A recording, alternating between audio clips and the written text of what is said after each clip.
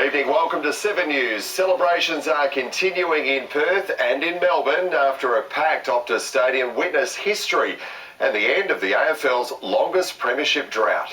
The Demons got their hands on the Premiership Cup for the first time in 57 years, with a late third quarter burst that broke the Western Bulldogs. Today, the winning team was feted as heroes as they presented the spoils to an adoring public, and Perth has been hailed a winner too. Seven's broadcasts of the grand final reached 6.34 million people here and interstate on giant screens outside and at home, as our city put on a show worthy of the occasion. Ryan Daniels begins our coverage. When 57 minutes of brilliant footy ends 57 years of pain. The Demons are premiers in 2021. Delirious fans and players. Melbourne run. It's a grand old flag. It's a high-flying flag. It's the emblem for me and for you. It's the emblem of the team we love, the team of the red and the blue. Every heart beats true for the red and the blue, and we sing a song to you. Old acquaintance can now be forgotten. Last night, you couldn't take your eyes off the red and the blue. Yeah, it's a long time coming. My heart goes to everyone in the eastern states that are at home watching this. We did it for you. We bloody did it! It was one of the most dazzling grand final displays in decades. Petrarca! Oh, wow. How good is that? In the blink of an eye, Melbourne turned a 19-point deficit into a 74-point victory. Handball to Oliver. Streaming through. Bang! Bang, bang, bang! Drought swapped for deluge, Demons became angels, and the AFL's underachievers had become champions.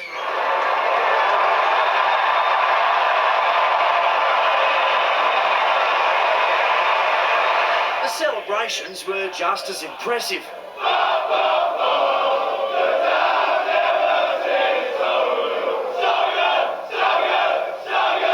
Max Gawn led the side all year and the party all night.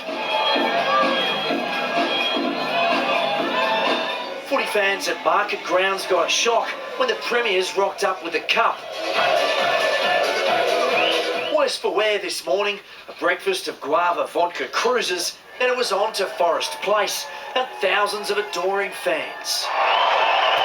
A dream come true for three young West Aussies. Trent Rivers, Luke Jackson and Cozzy Pickett, now premiership players before their 21st birthdays. This is the pinnacle and we've done it together all the way through. Pickett connected with family for the first time in months. To finally give them a hug was just, at a footy game, was just, yeah, pretty special to me. Speaking of proud, WA put on a show and nailed it. The AFL forced to take note and maybe rethink that MCG contract. Let's have a grand final, not just have MCG every single year, let's have it somewhere else. Yeah, definitely. One fan left in handcuffs, another tried to put on his own show at three-quarter time. His run was cut short and will cost him 10 grand.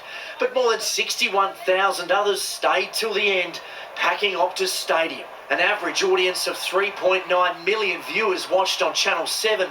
Many of those Melbourne fans locked down in Victoria, including the last man to lead them to a grand final, Neil Danaher. Oh, it was unbelievable. We are pinching ourselves with the result. Here in Perth, the Demons bandwagon was overflowing. Keep your eye on the red and the blue. Go the Deeds, do. Not impressed. Go the Deeds. Up the D's, yeah! Yeah, Perth's put on a good show. 1964 Take was note, the last Melbourne. time they'd A held good the show. Commonwealth. A grand Goodbye, old flag Melbourne. Indeed.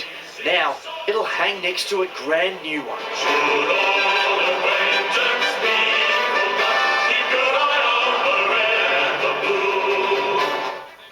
And incredible night and an incredible win to the Melbourne Demons. Now, the grand final might be done and dusted, but some of the players are staying in Perth to let the good times roll a while longer. The D's have moved out of Joondalup Resort and into Cottesloe tonight to make the most of their time in the sun and Perth's in the AFL spotlight. Most of the team will stay here another 3 days before flying home to Melbourne. The MCG won't give up the grand final again. That contract is ironclad until 2057, but the AFL has been impressed and is discussing what other big games can return to WA. In a city dominated by its home teams, this turnout is unprecedented. It's once in a lifetime. In lockdown Melbourne, victory was bittersweet. Fans forced to watch from afar.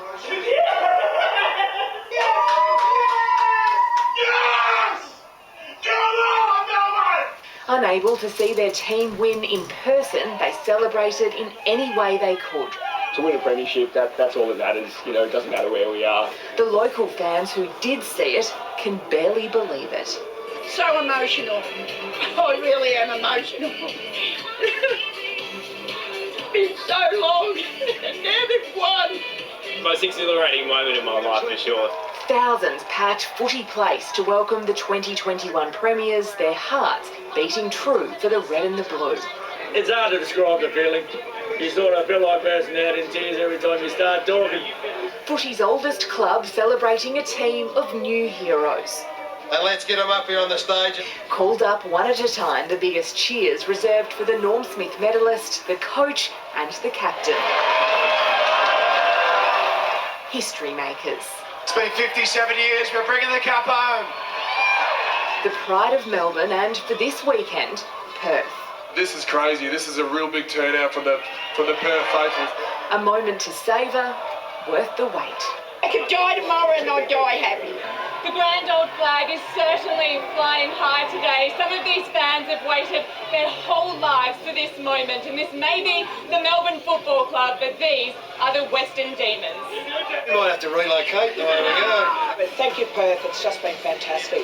A tale of two cities united by one game. Cyan Doherty, 7 News.